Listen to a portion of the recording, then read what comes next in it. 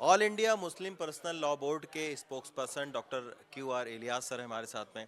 Sir, bill अब पेश हो चुका है, अगला कदम क्या होगा आप लोगों अगर ये बिल मंजूर हो गया पार्लियामेंट से, जिसका अप्रहेंशन है, तो हम इसके खिलाफ देशव्यापी अभियान छेड़ेंगे। का? सर, किस और तरीके का अभियान?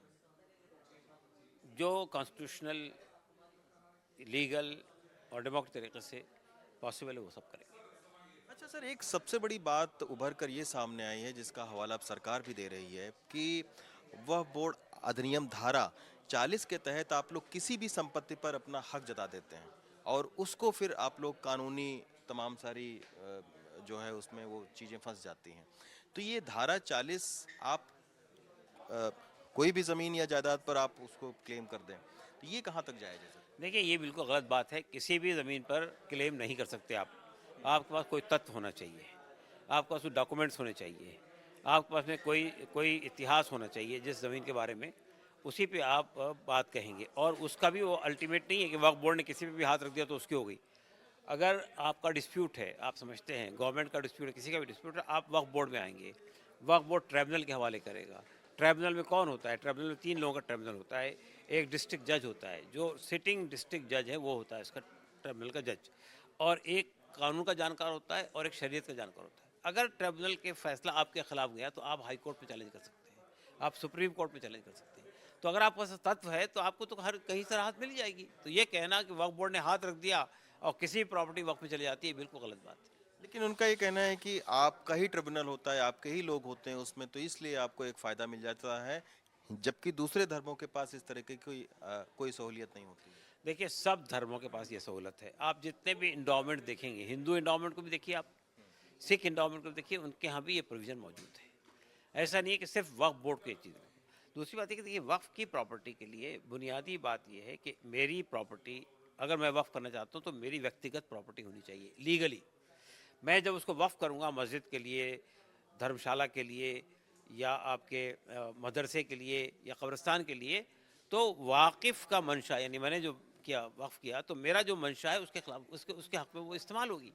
अगर कोई प्रॉपर्टी किसी ने वक्फ की है और बोर्ड ये कहता है, वक्फ बोर्ड कि ये उसकी वक्फ की प्रॉपर्टी है, और दूसरा आदमी कहता है कि नहीं ये मेरी प्रॉपर्टी है, तो आपको एक रास्ता अवेलेबल है ट्राइब्यूनल का भी फैसला आपके खिलाफ गया बिलफर्ज, तो आपको हाई कोर्ट का रास्ता अवेलेबल है। हाई कोर्ट में तो आप नहीं कह सकते कि आपके लोग बैठे हुए हैं। सुप्रीम कोर्ट का रास्ता भी अवेलेबल है आपके पास में, तो आपके पास प्रोविजन तो मौजूद है ना ऑलरेडी। तो ये कहना कि आपके पास कोई रास्ता नहीं है, बिल्कुल गलत बात है। अच्छा, एक और सर आपत्ति है। आपने कहा कि हिंदू और सिख जो मजहब है उसमें सरकार का कोई हस्तक्षेप नहीं है। साउथ के तमाम सारे मंदिरों के जो बोर्ड बने हैं उसमें बाकायदा राज्य सरकार के प्रतिनिधि होते हैं, कमिश्नर होते हैं, DM होते हैं। तो आखिर आप लोग क्यों सरकार के हस्तक्षेप को कह रहे हैं तो कि ये मेरा गलत कहना यह है कि वो सब प्रतिनिधि एक पर्टिकुलर कम्युनिटी के होते हैं, जिस कम्युनिटी का वक्फ है उसके ही लोग होते हैं। अब आप आइए नहीं, हमारे। लेकिन अगर कोई DM अगर कोई दूसरे धर्म का है तो वो भी हो सकता है नहीं उसका नहीं, ऐसा प्रतिनिधि। नहीं है, ऐसा नहीं है। आपको बताऊं, उसमें लिखा हुआ है अगर डीएम कहीं का अध्यक्ष होगा, और अगर वो डीएम वो नॉन हिंदू है, तो उससे नीचे वाला आदमी वहाँ का अधिकारी होगा। ऐसा नहीं है किसी नॉन हिंदू को वो जगह नहीं दी जाती है, एक बात। दूसरी बात मैं कहना चाहता हूँ आपसे कि ये जो बात है, वक्फ बोर्ड में जो लोग आते हैं वो कहाँ से आते हैं?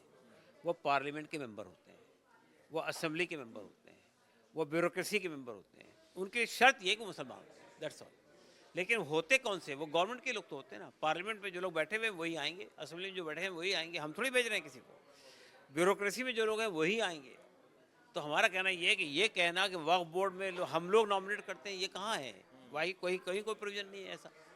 अच्छा, बस एक आखिरी सवाल सर कि सरकार ने ये भी आपत्ति जताई है कि वह बोर्ड करप्शन का अड्डा है, बड़े लोगों को इसका फायदा मिलता है, गरीबों को इसका फायदा नहीं मिलता है। मान लिया मैंने, तो करप्शन को दूर करने के लिए क्या उपाय किया है गवर्नमेंट ने? इस बिल में कौन सी चीज़ ऐसी है जिससे कहा जाए करप्शन को रोका जा रहा है? इसमें महिलाओं की भागीदारी है, दो महिलाओं जो की गैर भागीदारी, जो मुस्लिम होंगे वो। महिलाओं की भागीदारी पहले भी थी। ये बिल्कुल गलत बात कही जा रही कि हमने भागीदारी लाई है। दूसरी बात यह है कि इसमें यकीनन नॉन मुस्लिम्स की भागीदारी नहीं थी, और किसी और इंडोमेंट में भी किसी और मज़हब के लोगों की भागीदारी नहीं है। इसलिए इसकी वजह यह है कि ये जो वक्फ की प्रॉपर्टी होती है, ये धार्मिक तरीके से बनती है। ये अल्लाह के नाम से वक्फ होती है। ज़ाहिर है कि मैनेज वही लोग करेंगे जो बिलीव करते हैं उसके अंदर। वो कैसे करेंगे जो बिलीव नहीं करते उसके धर्म के अंदर? शुक्रिया सर हमसे बात करने के लिए। सुदेश कुमार राम के साथ रवीश रंजन शुक्ला, एनडीटीवी इंडिया।